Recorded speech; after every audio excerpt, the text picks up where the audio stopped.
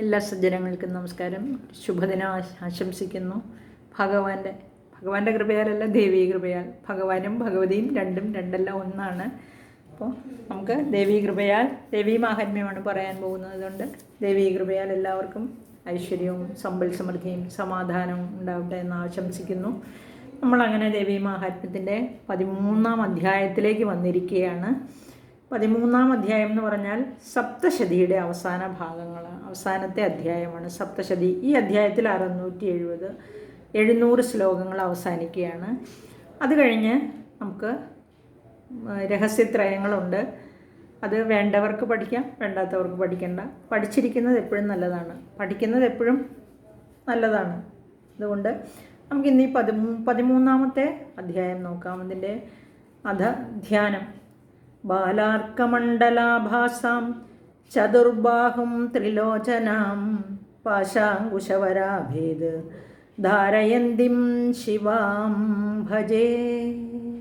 ഇവിടെ ശിവയാണ് ഭജിക്കുന്നത്. ശിവ എന്ന് പറഞ്ഞാൽ എല്ലാ മംഗളങ്ങളെയും ചെയ്യുന്ന ദേവിയാണ് ശിവ. ഞാൻ ഭജിക്കുന്നു ശിവയെ, ശിവാം ഭജേ. ഇനി ശിവ എങ്ങനെയാണെന്ന് നോക്കാം. ബാലാർക്ക എന്ന് പറഞ്ഞാൽ അർക്കൻ, ബാലസൂര്യനെയാണ്.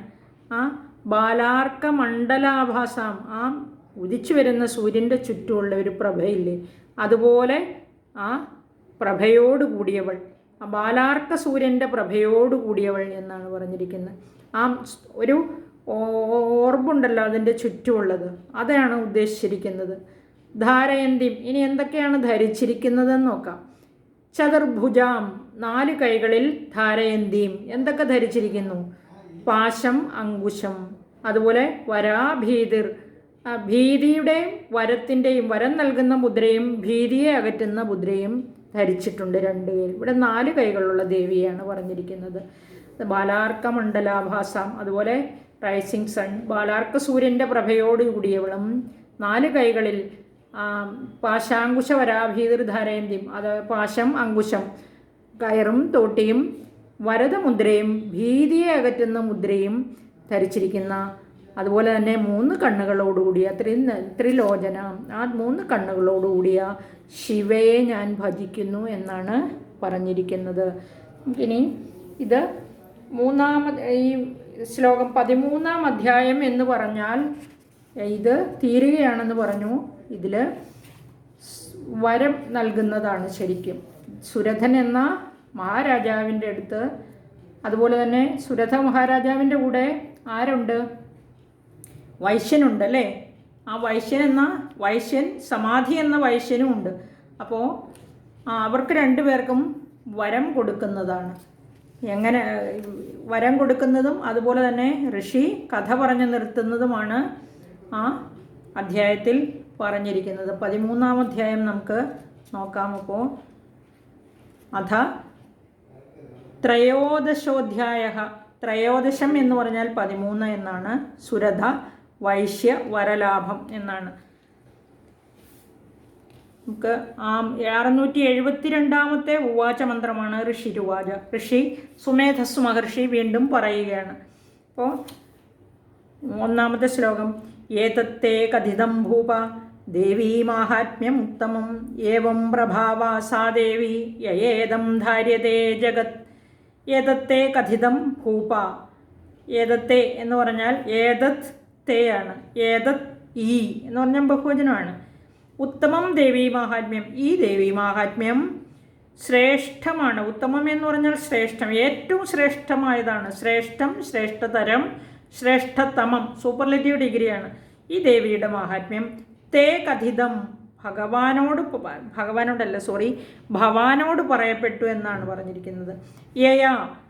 ഏതൊരു ദേവിയാൽ ഇതം ജഗത് ധാര്യതേ, ഈ കാണുന്ന ജഗത്തെല്ലാം ധരിക്കപ്പെടുന്നുവോ, സാ ദേവി ഏവം, ആ ദേവി ഇപ്രകാരം പ്രഭാവ, മാഹാത്മ്യത്തോടു കൂടിയവളാകുന്നു. നമുക്കറിയാം 1-ാം അധ്യായത്തിൽ സുരഥനും വൈശ്യനും കൂടെ ഈ മഹർഷിയുടെ മുൻപിൽ ചെന്നിട്ട് ചോദിച്ചു. അവിടുന്ന് പറയുന്ന ഈ ദേവി ഉണ്ടല്ലോ, ദേവിയുടെ മാഹാത്മ്യം എന്താണ്, കർമ്മം എന്താണ്, അതുപോലെ പ്രഭാവം എന്താണ്, എവിടെയാണ് ഉണ്ടായതെന്ന് ചോദിച്ചു. 3 ചോദ്യങ്ങൾക്കുള്ള ഉത്തരമാണ് ഈ സുമേധസ്സു മഹർഷി ഇവരോട് ഈ 12 അധ്യായങ്ങളിലൂടെ ഇങ്ങനെ വിവരിച്ചുകൊണ്ടിരുന്നത് അല്ലേ. അപ്പോൾ ആദ്യത്തെ അധ്യായത്തിൽ മുതൽ 1-ാം അധ്യായം മുതൽ പ്രഥമചരിതം മുതൽ ദേവിയുടെ കഥയാണ് പറഞ്ഞുകൊണ്ടിരുന്നത്. അവിടെ കഥ പറഞ്ഞ് നിർത്തിയിട്ട് ഏതത്തെ കഥിതം ഏതത്, അല്ലയോ രാജാവേ, ഭൂപൻ രാജാവാണ്. ഭൂപ, ഈ ശ്രേഷ്ഠതരമായ അല്ലെങ്കിൽ ശ്രേഷ്ഠതമം, അതായത് സൂപ്പർലേറ്റീവ് ഡിഗ്രിയാണ്, ഏറ്റവും മഹത്തായത്, അതാണ് ശ്രേഷ്ഠതമം. ദേവിയുടെ ഈ മഹാത്മ്യം ഭവാനോട് ഞാൻ പറഞ്ഞു. ആ ദേവിയുടെ കൃപയാൽ ഈ കാണുന്ന ലോകമെല്ലാം ആ ദേവിയാൽ പരിപാലിക്കപ്പെടുകയാണ്. ധരിക്കുക എന്ന് പറഞ്ഞാൽ ദേവിയാൽ സംരക്ഷിക്കപ്പെടുന്നു, ദേവി ധരിച്ചിരിക്കുന്നു എന്ന് പറഞ്ഞാൽ ആ ദേവി ഇപ്രകാരം മഹാത്മ്യത്തോടു കൂടിയവളാകുന്നു എന്നാണ് ഈ ശ്ലോകത്തിൽ പറഞ്ഞിരിക്കുന്നത്. ഏതത്തെ കഥിതം ഭൂപ ദേവി മാഹാത്മ്യമുത്തമം ഏവം പ്രഭാവ സാ ദേവി യേദം ധാരിതേ ജഗത്. ഇങ്ങനെ ഈ ലോകത്തെ ധരിക്കുന്ന ആ ദേവി ഈ ഇത്രമാത്രം പ്രഭാവത്തോടു കൂടിയായിരിക്കാൻ, അതായത് സർവജനനിയാണ്, സർവപോഷിണിയാണ്, സർവസംഹാരിണിയാണ്. അങ്ങനെയുള്ള ആ ദേവിയാലാണ് ഈ ജഗത്തെല്ലാം, ഈ കാണുന്ന ഈ പ്രപഞ്ചം മുഴുവനും സൃഷ്ടിയും സ്ഥിതിയും സംഹാരങ്ങളും എല്ലാം നിയന്ത്രിക്കുന്ന ദേവിയാണ് എന്നാണ് പറഞ്ഞിരിക്കുന്നത്. ആ ദേവി ഈ വിധത്തിലുള്ള മാഹാത്മ്യത്തോടു കൂടിയവളാകുന്നു രാജാവേ എന്ന് പറഞ്ഞിരിക്കുകയാണ്. ഇനി അടുത്ത ശ്ലോകം നോക്കാം നമുക്ക്. വിദ്യ തഥൈവ ക്രിയതേ ഭഗവത് വിഷ്ണുമായയാ തയാ ത്വമേഷ വൈശ്യശ്ച തഥൈവാന്യേ വിവേകിനഃ. ഇവിടെ വിദ്യ തഥൈവ ക്രിയതേ ഭഗവത് വിഷ്ണുമായയാ തയാ ത്വമേഷ വൈശ്യശ്ച തഥൈവാന്യേ വിവേകിനഃ പറഞ്ഞിരിക്കുന്നു. ഭഗവത് വിഷ്ണുമായ വിദ്യ എന്ന് പറഞ്ഞാൽ വിഷ്ണു ഭഗവാന്റെ മായയാൽ ജ്ഞാനവും തഥൈവ ക്രിയതേ അപ്രകാരം തന്നെ ഉണ്ടാക്കപ്പെടുന്നു. അതായത് വിഷ്ണു ഭഗവാനെ യോഗനിദ്രയിൽ നിന്ന് ഉണർത്തി, ആ യോഗനിദ്രയിൽ നിന്നാണ് ഈ മായ എന്ന് പറയുന്ന ശക്തിയാണ് ആ യോഗനിദ്ര, അവിടെ നിന്നാണ് എല്ലാം തുടങ്ങുന്നത് അല്ലേ. അങ്ങനെ ആ മായയാൽ ജ്ഞാനവും അപ്രകാരം തന്നെ ഉണ്ടാക്കപ്പെടുന്നു എന്നാണ് പറഞ്ഞിരിക്കുന്നത്.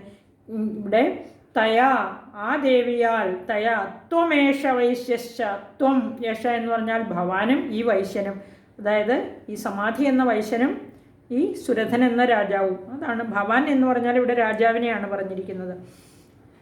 തഥൈവ അപ്രകാരം തന്നെ വിവേകിനഃ, വിവേകിനഃ എന്ന് പറഞ്ഞാൽ മറ്റ് വിവേകമുള്ള ആളുകളും. ഇനി അത് കണ്ടിന്യൂ ചെയ്യാണ് അടുത്ത്. മോഹ്യന്തേ മോഹിതാശ്ചൈവ മോഹമേഷ്യന്തി ചാപരേ താമുപൈഹി മഹാരാജ ശരണം പരമേശ്വരീം. മോഹ്യന്തേ മോഹിതാശ്ചൈവ മോഹമേഷ്യന്തി ചാപരേ താമുപൈഹി മഹാരാജ ശരണം പരമേശ്വരീം എന്ന് പറഞ്ഞിരിക്കുകയാണ്.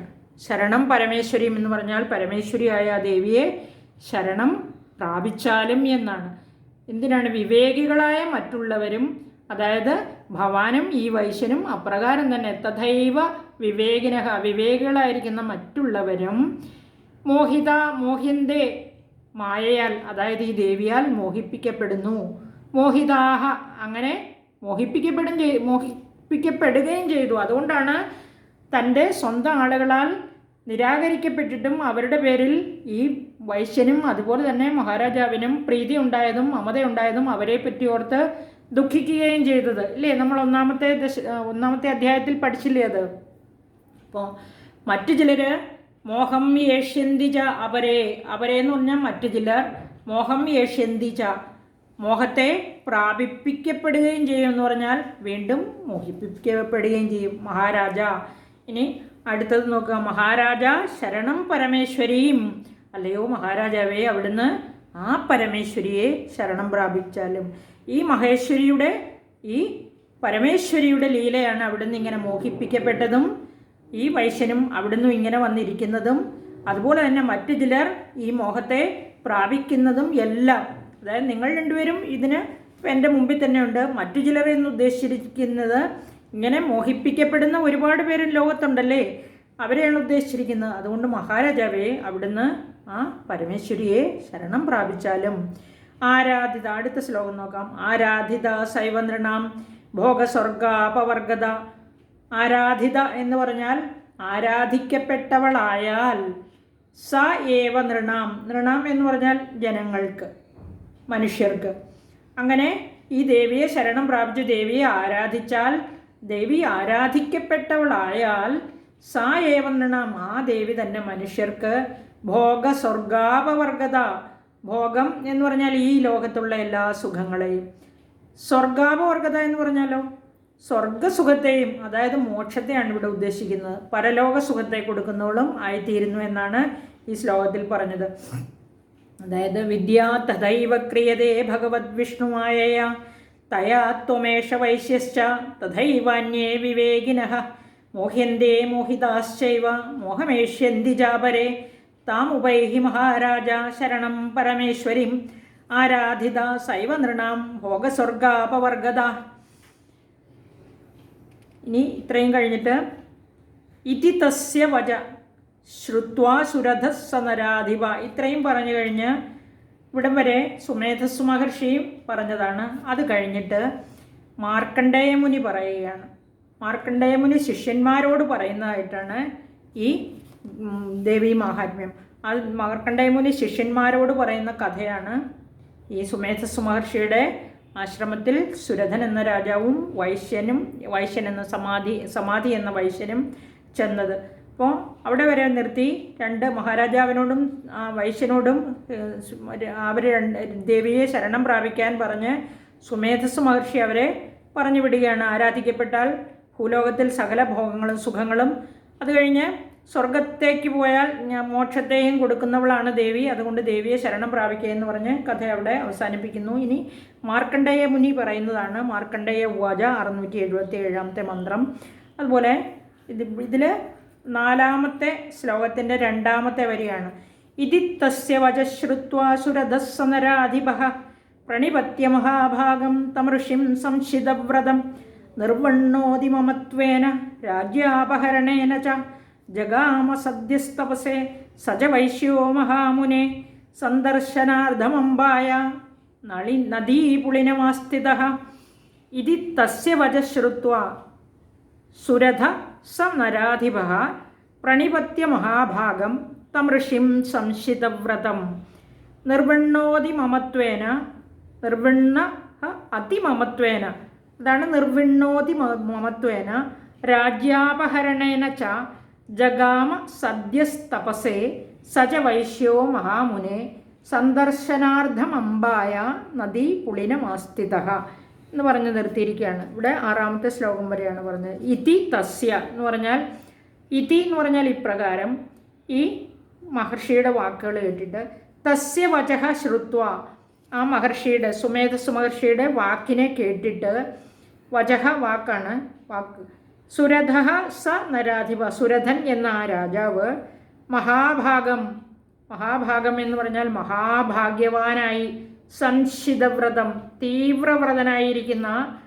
തം ഋഷിം പ്രണിപത്യ, തം ഋഷിം എന്ന് പറഞ്ഞാൽ ആ മഹർഷിയെ, പ്രണിപത്യ എന്ന് പറഞ്ഞാൽ നമസ്കരിച്ചിട്ട് വന്ദിച്ചിട്ട്, മമത്വേന, മമത്വം എന്ന് പറഞ്ഞാൽ മമത കൊണ്ടും, രാജ്യാപഹരണേന ച രാജ്യത്തെ അപഹരിച്ചതുകൊണ്ടും, അതിനിർവിണ്ണ എന്ന് പറഞ്ഞാൽ ഏറ്റവും ദുഃഖിതനായിട്ട്, അതിനിർവിണ്ണ ഏറ്റവും ദുഃഖിതനായിട്ട്, സദ്യ തപസേ ജഗാമ, സദ്യ എന്ന് പറഞ്ഞാൽ അപ്പോൾ തന്നെ, ആ ക്ഷണം തന്നെ, വേഗത്തിൽ, തപസ്സേ ജഗാമ എന്ന് പറഞ്ഞാൽ തപസ്സിനായിട്ട് പോയി, ജഗാമ പോയി, തപസ്സേ തപസ് ചെയ്യാനായിട്ട് പോയി. സഹ വൈശ്യ ച, സഹ വൈശ്യ ച എന്ന് പറഞ്ഞാൽ ആ വൈശ്യനും എന്ന് പറഞ്ഞാൽ, സ വൈശ്യ ച എന്ന് പറഞ്ഞാൽ ആ വൈശ്യനും, ഒന്നാമത്തെ രാജാവ് തപസ്സിനായി പോയി, ആ വൈശ്യനും കൂടെ പോയി എന്നർത്ഥം.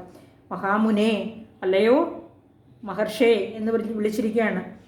അംബായ സന്ദർശനാർത്ഥം, ഇവിടെ മഹാമുനിയെ വിളിച്ചിട്ട് പറയുകയാണ്. അംബായ സന്ദർശനാർത്ഥം, ദേവിയുടെ പ്രത്യക്ഷീകരണത്തിനായിട്ട്, സന്ദർശനാർത്ഥം എന്ന് പറഞ്ഞാൽ അംബായാഹ എന്ന് പറഞ്ഞാൽ അമ്മയുടെ, ദേവിയുടെ, ഇവിടെ അമ്മ ദേവിയല്ലേ, ദേവിയുടെ പ്രത്യക്ഷീകരണം എന്ന് പറഞ്ഞാലോ ദേവിയെ പ്രത്യക്ഷത്തിൽ കാണുന്നതിനായിട്ട്, അതായത് ദേവിയെ പ്രത്യക്ഷപ്പെടുന്നതിനായിട്ട്, ദേവിയെ പ്രീതിപ്പെടുത്തി ആ ദർശനം ഉണ്ടാകുന്നതിനായിട്ട്, നദീപുളിനം എന്ന് പറഞ്ഞാൽ നദീതീരത്തേക്ക്, ആസ്ഥിത, ഇവിടെ നദീതീരത്തെ പ്രാപിച്ചു എന്ന് പറഞ്ഞാൽ നദീതീരത്തേക്ക് പോയി എന്നർത്ഥം. അങ്ങനെ ഈ മഹർഷിയുടെ വാക്ക് കേട്ടിട്ട് സുമേധസ് മഹർഷി പറഞ്ഞു, അതായത് ദേവിയെ ശരണം പ്രാപിച്ചോളൂ, ദേവി പ്രസാദിച്ചാൽ ആരാധിതാഹ, ആരാധിക്കപ്പെട്ടാൽ എല്ലാ സുഖഭോഗങ്ങളും ഈ ലോകത്തിലും ഇവിടുന്ന് മരണം കഴിഞ്ഞ്, അതായത് പരലോകത്തെത്തുമ്പോൾ മോക്ഷത്തെയും കൊടുക്കുന്നവൾ ദേവി തന്നെയാകുന്നു. അതുകൊണ്ട് ദേവിയെ ശരണം പ്രാപിച്ചാലും എന്ന ആ മഹർഷിയുടെ വാക്ക് കേട്ടിട്ട് ഈ മഹാരാജാവും വൈശ്യനും ദേവിയുടെ ദർശനത്തിനായി, ദേവി പ്രീതിക്കായി തപസ്സു ചെയ്യാൻ വേണ്ടി പോയി എന്ന് ആണ് ഈ വാക്കുകളുടെ അർത്ഥം. ഒന്നുകൂടെ വായിക്കാതെ മാർക്കണ്ഡേയ ഉവാച ഇതിത്തസ്യ വചശ്രുത്വാ ശുരഥസ്സ നരാധിപഃ പ്രണിപത്യ മഹാഭാഗം തമൃഷിം സംശിതവ്രതം നിർവണ്ണോതിമമത്വേന രാജ്യാപഹരണേന ച ജഗാമ സദ്യസ്തപസേ സച വൈശ്യോ മഹാമുനെ സന്ദർശനാർദ്ധമമ്പായ നദീപുളിനമാസ്ഥിതഃ. ഇവിടെ 6ാമത്തെ ശ്ലോകം കഴിഞ്ഞു. ഇനി നമുക്ക് അടുത്തത് നോക്കാം. 7ാമത്തെ ശ്ലോകം. സച വൈശ്യസ്തപസ്തേവേ ദേവീ സൂക്തം പരം ജപൻ തൗ തസ്മിൻ പുളിനേ ദേവ്യാഃ കൃത്വാ മൂർത്തിം മഹീമയീം അർഹണാം ചക്രദുസ്തസ്യാഃ പുഷ്പധൂപാഗ്നിതർപ്പണൈഃ അർഹണാം ചക്രദുസ്തസ്യാഃ പുഷ്പധൂപാഗ്നിതർപ്പണൈഃ സച വൈശ്യസ്തപസ്തേവേ സഹ ച വൈശ്യഃ എന്ന് പറഞ്ഞാൽ ആ വൈശ്യനും ആ രാജാവും പരം ദേവീ സൂക്തം ജപൻ. പരം എന്നിവിടെ പറഞ്ഞിരിക്കുന്നത് ഏറ്റവും ശ്രേഷ്ഠമായ എന്നുള്ള അർത്ഥത്തിലാണ്. ആ ദേവീ സൂക്തത്തെ ജപിച്ചുകൊണ്ട് തപഃ തപേ തപസ്തേവേ എന്ന് പറഞ്ഞാൽ തപഃ തേപേ ചെയ്തു എന്നാണ്. തപസ്സിനെ ചെയ്തു. ദേവീ സൂക്തം നമുക്കറിയാം, നമോ ദേവി മഹാദേവി എന്നുള്ള സൂക്തമാണ് ദേവീ സൂക്തം എന്ന് പറഞ്ഞിരിക്കുന്നത്. അപ്പോൾ ഇവിടെ ദേഹത്തെ തപസ് എന്ന് പറഞ്ഞാൽ തന്നെ നമുക്കറിയാം ദേഹത്തെ തപിപ്പിക്കുന്ന ഉപവാസാദികളാണ് അല്ലേ. ദേവീ സൂക്തം എന്ന് പറഞ്ഞാൽ നമുക്കറിയാം ദേവീ വിഷയത്തിൽ ഈ ശോഭനമായി ഉക്തമായിരിക്കുന്നതാണ് ദേവീ സൂക്തം എന്ന് പറഞ്ഞാൽ. ദേവിയെ സംബന്ധിച്ച് ശോഭനമായി ഉക്തമായിരിക്കുന്നതെന്ന് പറഞ്ഞാൽ പറഞ്ഞിരിക്കുന്നത്, അല്ലെങ്കിൽ ദേവീ വിഷയത്തിൽ ആചാര്യന്മാരാൽ ഉപദേശിക്കപ്പെട്ടത് അല്ലെങ്കിൽ പറയപ്പെട്ടത് എന്നാണ് ദേവീ സൂക്തം എന്ന് പറഞ്ഞിരിക്കുന്നത്. ഇനി ഇവിടെ ദേവീ സൂക്തത്തിന് ഋഗ്വേദ പ്രസിദ്ധമാണതല്ലേ, സൂക്തമാണെന്ന് ചിലർ പറയുന്നുണ്ട്. പക്ഷേ വാസ്തവത്തിൽ ദേവീ സൂക്തം 5ാം അധ്യായത്തിലെ ആ ദേവി നമോ ദേവി മഹാദേവി എന്ന സ്തുതി തന്നെയാണ് കേട്ടോ. അത് ദേവന്മാർ പാടുന്നതാണല്ലോ, ദേവിയെ സ്തുതിച്ച് പാടുന്നതല്ലേ. അപ്പോൾ സർവ്വദേവതയായിട്ടിരിക്കുന്ന ആ മഹാലക്ഷ്മിയെ പറ്റിയുള്ള ആ സ്തോത്രമാണ്. ഇനി എപ്പോഴാണ് ജപിച്ചതെന്ന് ഓർക്കുന്നുണ്ടോ? ശുംഭാദി അസുരന്മാരെ വസിച്ചു കഴിഞ്ഞപ്പോഴാണ്. എല്ലാ സർവ്വക്ലേശങ്ങളെയും നശിപ്പിക്കുന്നതായിട്ടാണ്, ഐശ്വര്യാദികളെ കൊടുക്കുന്നതായിട്ടാണ് കണക്കാക്കപ്പെടുന്നത് ആ ദേവി സൂക്തം ജപിച്ചാൽ. ഇനി ഇവിടെ പറഞ്ഞിട്ടുണ്ടത് പ്രാണാഥ സംസ്ഥിതം ബീജം വ്യോമ ബീജം ഹുദാശനഃ ത്രികോണബിന്ദുനാദാഢ്യം പ്രണവാദി നമോന്തകം അംബികാ സിദ്ധിതം ജ്ഞേയം ദേവീ സൂക്തം പരം സ്മൃതം എന്ന് ഇവിടെ വേറൊരു ബുക്കിൽ പറഞ്ഞിട്ടുണ്ട്. പുഷ്പധൂപങ്ങൾ, അതായത് ജലഗന്ധ ധൂപ ദീപ പുഷ്പം, ജലഗന്ധ ധൂപ ദീപ പുഷ്പങ്ങളെ കൊണ്ട് നമ്മൾ ദീപം തെളിയിക്കുമ്പോൾ കിണ്ടിയിൽ ജലം വെക്കണം. ആ ജലത്തിൽ പുഷ്പങ്ങൾ ഇടണം. എന്തിനാണെന്ന് വെച്ചാൽ ദേവി കയറി വരുമ്പോൾ വിളക്ക് കത്തിക്കുക. വിളക്കെന്ന് പറഞ്ഞാൽ മഹാലക്ഷ്മിയായിട്ടാണ് നമ്മൾ സങ്കല്പിക്കുന്നത്. പിന്നെ ദേഹി എന്നൊക്കെ പറയുന്നുണ്ട്. പക്ഷേ ഒരു ജസ്റ്റ് ദേവിയായിട്ട് സങ്കല്പിക്കുന്നു. നമ്മൾ ദീപം തെളിയിക്കുമ്പോൾ ഐശ്വര്യലക്ഷ്മി കയറി വരുമ്പോൾ ആ കിണ്ടിയിൽ നിന്ന് ജലമെടുത്ത് ആ പുഷ്പം കൊണ്ടാണ് കാലിലേക്ക് വെള്ളം ഇങ്ങനെ പ്രോഷിക്കുന്നത്. അപ്പോൾ അതാണ് പറഞ്ഞിരിക്കുന്നത് ജലഗന്ധ ധൂപ ദീപം. ധൂപം എന്ന് പറഞ്ഞാൽ നമ്മൾ സാമ്പ്രാണി കത്തിച്ചാൽ മതി, അതിൽ നിന്ന് പുക വരുമല്ലോ, സുഗന്ധവും വരുമല്ലോ, രണ്ടുമുണ്ട്. അപ്പോൾ ഇതാണ്. പിന്നെ കർപ്പൂര ആരതി ഒഴിയേണ്ടവർക്ക് അതും നല്ലതാണ്, അങ്ങനെയും ചെയ്യാം. അപ്പോൾ ഇതാണ് പറഞ്ഞിരിക്കുന്നത്. നമ്മൾ സന്ധ്യയ്ക്ക് വിളക്ക് കത്തിക്കുമ്പോൾ ഇത്രയും കാര്യങ്ങൾ ചെയ്താൽ അംബികാദേവിയെ ധൂപങ്ങൾ കൊണ്ടും പുഷ്പങ്ങൾ കൊണ്ടും അഗ്നികാര്യമായ ഈ അഗ്നിയുടെ സാന്നിധ്യം ദീപം തെളിയിക്കുന്നു. അങ്ങനെ ഈ ദേവീ സൂക്തം ജപിച്ചാൽ എല്ലാ ഐശ്വര്യങ്ങളും ഉണ്ടാവും, എല്ലാ ക്ലേശങ്ങളും നശിക്കുമെന്നാണ് പറയപ്പെടുന്നത്. ഇനി അടുത്ത ശ്ലോകം നമുക്ക് നോക്കാം. 8ാമത്തെ ശ്ലോകത്തിൻ്റെ 2ാമത്തെ വരി മുതൽ നിരാഹാരൗ യഥാഹാരൗ തന്മനസ്കൗ സമാഹിതൗ ദദതുസ്തൗ ബലിം ചൈവ നിജഗാത്രാ സൃഗുക്ഷിതം എന്നാണ്. ഇനി അത് 8ാമത്തെ ശ്ലോകത്തിൻ്റെ 2ാമത്തെ വരി. 7ാമത്തെ പറഞ്ഞില്ലല്ലേ. 7ാമത്തെ സജ വൈശ്യസ്തപസ്തേവേ ദേവീ സൂക്തം പരം ജപൻ തൗ തസ്മിൻ പുളിനേ ദേവ്യാഃ കൃത്വാ മൂർത്തിം മഹീമയീം അർഹണാം ചക്രദുസ്തസ്യാഃ പുഷ്പധൂപാഗ്നി തർപ്പണൈഹി. അത് വൈശ്യനും അതുപോലെ തന്നെ സുരഥ മഹാരാജാവും ശ്രേഷ്ഠമായ ദേവീ സൂക്തത്തെ ജപിച്ചുകൊണ്ട് തപസ്സിനെ ചെയ്തു എന്നാണ്. അങ്ങനെ തസ്മിൻ പുളിനെ, ആ മണൽത്തിട്ടയിൽ, ആ നദീതീരത്ത്, പുളിനം എന്ന് പറഞ്ഞാൽ ശരിക്കും മലയാളത്തിൽ മണൽത്തിട്ട എന്നാണ് അർത്ഥം. ഇവിടെ നദീതീരം, നമ്മൾ നദിയുടെ നടുക്ക അല്ലെങ്കിൽ മണൽത്തിട്ടയിൽ പോയിരുന്നു എന്ന് വിചാരിച്ചാലും കുഴപ്പമില്ല, നദീതീരത്ത് പോയിരുന്നു എന്ന് വിചാരിച്ചാലും കുഴപ്പമില്ല കേട്ടോ. നദി പുളിനം ശരിക്കും മലയാളത്തിൽ നമ്മൾ നദി പുളിനം മണൽത്തിട്ട, നദിയുടെ തീരത്തുള്ള തിട്ടയ്ക്കാണ് അങ്ങനെ പറയുന്നത്. തൗ മഹീമയും, അവർ മണ്ണുകൊണ്ട് ദേവ്യാഹ മൂർത്തിയും കൃത്വ എന്ന് പറഞ്ഞാൽ ചെയ്തു എന്നാണ്. ഇവിടെ ദേവിയുടെ ഒരു മൂർത്തിയെ ഉണ്ടാക്കി. തസ്യാഹ, ആ ദേവിക്ക് പുഷ്പധൂപാഗ്നി തർപ്പണൈഹി, പുഷ്പങ്ങൾ കൊണ്ടും ധൂപങ്ങൾ കൊണ്ടും അതുപോലെ തന്നെ അഗ്നി കൊണ്ടും തർപ്പണം ചെയ്തു എന്നർത്ഥം. അർഹണാം ചക്രദുഹു, അർഹണം അവിടെ പൂജയെ ചെയ്തു. അപ്പോൾ ധൂപാഗ്നി പുഷ്പങ്ങൾ കൊണ്ട് അവർ അർച്ചന ചെയ്തു ദേവിക്ക്. ആ മണൽത്തിട്ടയിൽ ചെന്ന്, നദീതീരത്ത് മണൽത്തിട്ടയിൽ ചെന്നിരുന്നിട്ട് അവർ മണ്ണുകൊണ്ടൊരു ദേവിയെ ഉണ്ടാക്കി. തൗ മഹീമയും, മഹി ഭൂമിയാണ്.